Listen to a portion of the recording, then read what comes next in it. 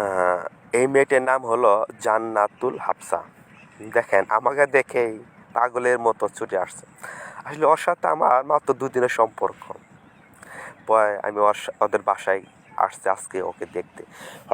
2 দিন আগে আমার দোকানের সামনে ও দাঁড়িয়েছিল, তখন পরিচয় হয়। তারপরে আমি ওদের পরিচয় নিয়ে ওদের বাসায় আসি।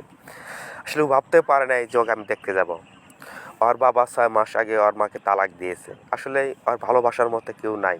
আসলে ওর যার বাবা নেই তার ভালোবাসার কেউ নেই। আসলে মাও পারে না সন্তানের সব চাহিদা পুরা করতে। যেমন ওই যে পাশে যার কাছে দেখছেন উনি হলো মা। ওনার আসলে উনিও ওনার ঠিকভাবে যত্ন করতে পারে না। আসলে আমি আর ১ম দিন ওকে দেখেই ওকে আমার এত ভালো লাগছে যে আমি ওকে নিজেও বলতে পারি না। সেজন্য আমি তার পরের দিনই ওদের বাসায় যাই ওকে দেখতে এবং ওর খোঁজখবর নেওয়ার জন্য। আসলে বাসায় গিয়ে খোঁজখবর নিয়ে দেখতে শুনতে পারলাম আসলে ২টি পরিবারের রেষারেষির কারণেই আজকে তারা আলাদা হয়ে গেছে। আর তাদের মাঝখানে এই সন্তানের জীবনটা হয়ে গেছে অনিশ্চিত। আমি জানি না এই সন্তানের জীবনে ভবিষ্যৎ কী আছে এবং কী হবে। তবে আমি যতদূর জানতে পারছি ওনার বাবা ওনাদের খোঁজখবর নেয় না। আর ওনার মাও সঠিকভাবে ওনার খোঁজ রাখতে পারে না। ওনার একটি মামা আছে, নানি আছে। নানা মারা গেছে নেই। তবে ওনার মামার অবস্থা খুব একটা ভালো না যে ওনারা ওনাদের লালিত পালিত করবে। ওনার মা এই যে ইনি আসছে ইনি দেখলেন ইনি হলো নানি।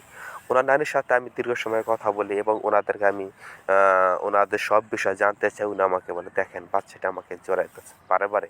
আসলে ও আমাকে এত ভালোবাসে। আসলে আমি ওনাদেরকে বলে আসছি ওনারা যদি এই বাচ্চাটাকে লালন পালন করতে সমস্যা হয় তাহলে আমি ওনার দায়িত্ব নিতে চাই। ইনশাল্লাহ আমি চেষ্টা করব আমি যেন ওনার এই সন্তানের ভবিষ্যতে লালন পালন দায়িত্ব নিতে পারি। আপনারা আমাদের জন্য দোয়া করবেন এবং 2টি পক্ষ যেন মিলিত হয়ে ওনারা এটা সমর্থন দেয়। দেখেন আমি চলে আসবো যখন বিদায় নিতে যাচ্ছি ও আমাকে আসতে দেবে না।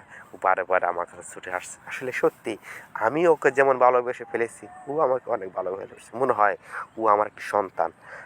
আসলেই আমি চাই ও যেখানে থাক ভালো থাক, ওর জীবন যেন সুন্দরভাবে গড়ে উঠুক এই আমার কামনা।